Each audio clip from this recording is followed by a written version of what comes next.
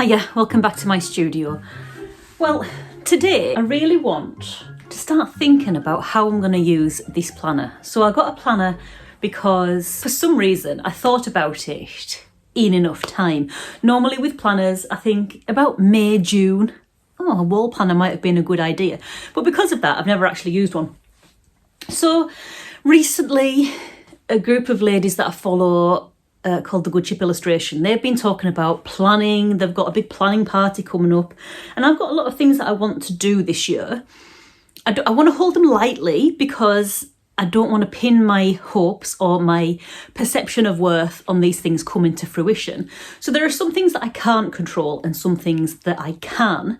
And listening to them this morning has really got me thinking about getting my ducks in a row in terms of what can I control and what can't I control? So for example, I can't control whether or not I am accepted by an agent. I cannot control whether or not a publisher wants to take any of my numerous children's book ideas up. I cannot control any other opportunities that I get accepted on. But what I can control is applying to agents, applying to publishers, getting my portfolio ready for other people to look at them, making sure that I've researched the agents that I want to apply for, looking at their application guidelines, couldn't find the word then, because everyone will be different. So there are things in that I can control. Me saying by the end of 2025, I will have a published book is unrealistic. It'd be nice, but it's unrealistic. I can't control that. And if I start making those kind of plans, I will eventually start on that downward spiral of I haven't met my plans, I am no good, nobody wants me, I'm not good at art. And then, nothing positive comes from that. I've stopped enjoying the thing that I love and nobody's getting the best out of any situation. So this year, there are some of the things that I want to apply for, but how do I put those on a calendar? And then I've thought about this long running project that I've had for such a long time. And in many ways, part of me doesn't want to do it. But most of me, like 95%, is like, just go for it. So I've got a project. Long-term viewers of the channel will know. I first self-published my first book, Our Dave, in 2020. Then I had an idea for another children's book, which I was going to self-publish because I've got my own small business. I'm selling it through my small business. So it kind of worked in that kind of way. I'm selling it as a product in my small business shop. But this next book is about a dog. It's about a realistic situation that I've been in when I was on holiday and doing little boat trips between little islands. And there was a dog on the boat who was part of the crew. So I formulated this idea about this dog and a story about it. And that has been sitting in my iPad for, it's 2025 now, so probably like 4 years. Now, the part of me that is thinking maybe I shouldn't do it is the bit that says, but Emma, your style has changed a little bit. If you were to start again from scratch, you'd maybe do it a little bit different.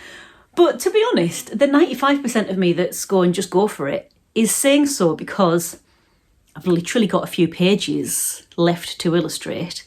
It would be such a big job to start again. Would anyone really notice the difference? Because when I look at it, I see my own hand in the drawings. Yes, it's a bit more precious than I work now. I'm a bit looser. I've learned a lot more about what comes naturally to me. So if I were to do it now, I might do it quicker, I might do it looser, I might do it a bit more expressive, but not so much more that anyone would notice. I notice, but would anyone else? It's still, looking through all the pages, a good book, a good story, lots of work has gone into it. So I think my first plan for 2025 is going to be that by the end of January, so Friday the 31st of January 2025, I want to have all of the pages of that book finished, because there's just a couple to do, just a couple of tweakings.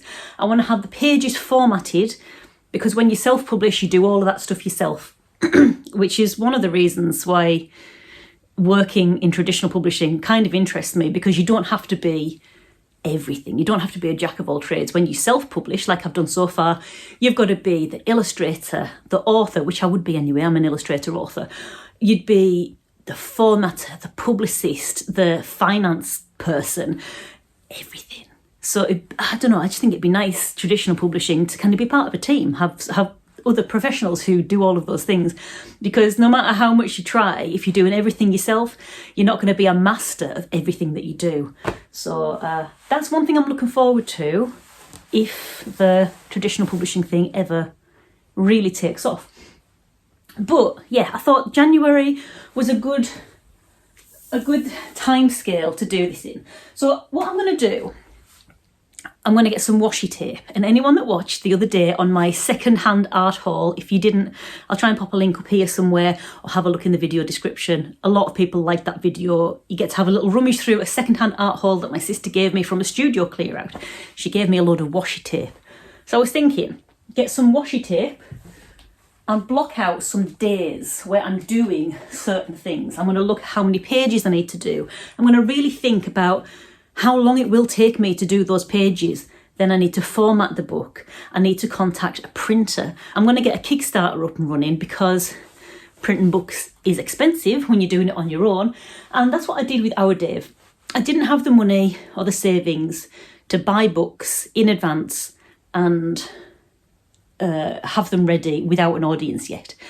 I did consider with Our Dave, which was my first book, that I would maybe do print on demand, but all the print on demand people that I looked into, either there were problems with ownership and copyright, or the quality of the printed books was variable. So if you're interested in that kind of thing, I think I've got a video about that. I'll try and find that somewhere.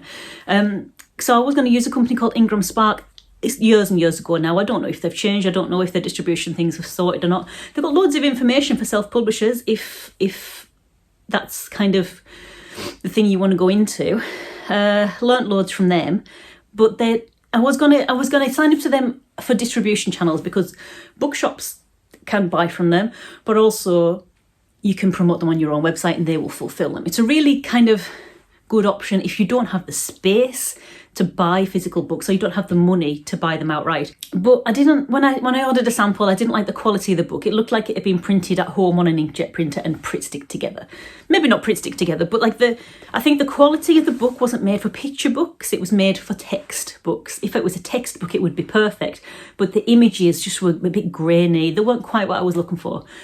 So in order to take back control, I decided to do a Kickstarter. I worked out how much money I needed to get them printed, a local-ish printer to me. Got a Kickstarter for that amount of money, smashed it, did really well with that Kickstarter. And that's what gave me the money and the funds to be able to do that. So that'll be part of my planning for this. I might not have the Kickstarter finished by January, but I'll aim to get it started by January, because I need to have a time scale. Like I say, this has been going on for like 4 years. So it needs to be done. I'm gonna go and get some washi tape. We're gonna plan this out together. And yeah, that's what I'm gonna do.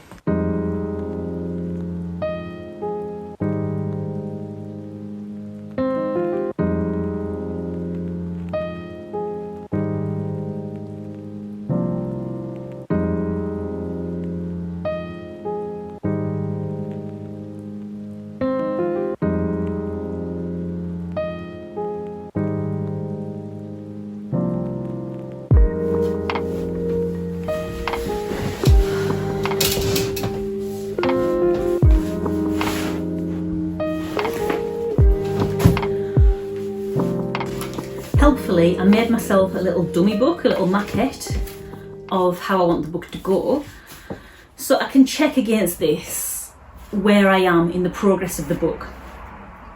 And I think I'm on this page. Let me just check. I'm on this one. It's not quite done, that one. So what I've done, I've got some tapes. I was looking for the least decorated tape possible because I want to write on it. So these two are perfect. What's good about washi tape, I think, for this one, is that it's low tack. I often use it for marking off a page in a watercolour sketchbook as well. If you want to get washi tape or any kind of tape off paper without ripping the paper underneath, you need to heat it up, get your hairdryer on it. So I will be able to take these off and move them around if I need to. So I'm going to look at today's date and I'm just going to work out how many pages I've got left and really kind of block out my time properly. So let's do that.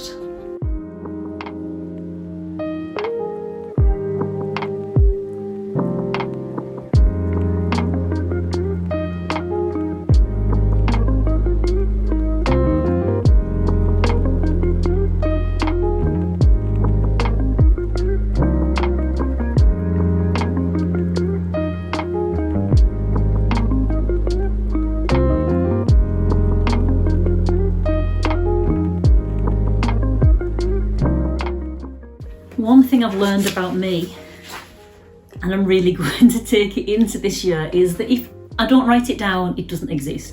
If I've got to rely on keeping all of the things that I need to do in my head, it either creates a load of stress, which means that I disassociate from it and I don't do the thing, or I forget about it completely. So I've made myself a little vague plan, and this is just a representation of the pages of the book. So I've got the cover, the end papers. The way that when I self-publish, the way my printer does it is a little bit different from traditional book publishing. So rather than this being end papers that are glued to the inside of the cover, this will be a printed back page of the cover. So this will be cover and this will be cover. So this counts as first page for me. So I've got all the pages in there. What I'm going to do is go through my iPad and I'm going to colour in or tick off, I don't know how I'm going to do it yet, probably colour in, the pages that I've done. So I've got a better visualisation about where I am.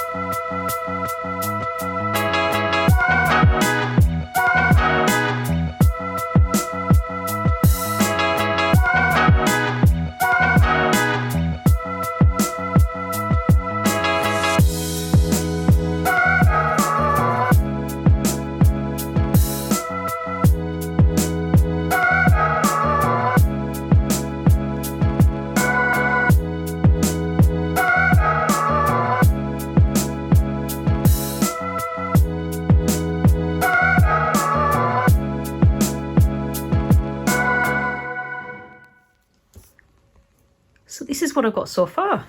When I was on holiday, I did this one, these ones, and this one in a couple of days. I can finish this in January. So I've got the front and back cover, got the end papers, and like I say, for the purposes of how I print it in the self-publishing version, in the self-publishing way that I do, this is going to be the inside of the cover. But it's going to be a double page spread. So I'll do these two at the same time. And then when I'm formatting it, I'll just separate those out. So then I've got, so the cover, 1, 2, 3, 4, 5, 6, 7, 8, 9, 10, 11, 12, 13, 14, 15, 16 pages.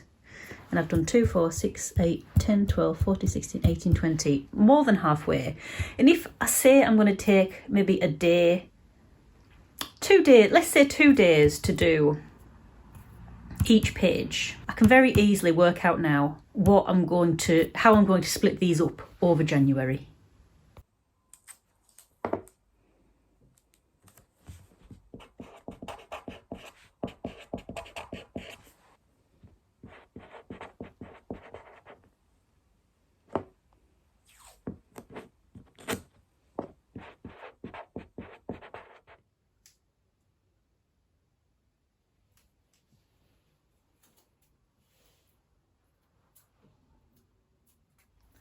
How easy does that look?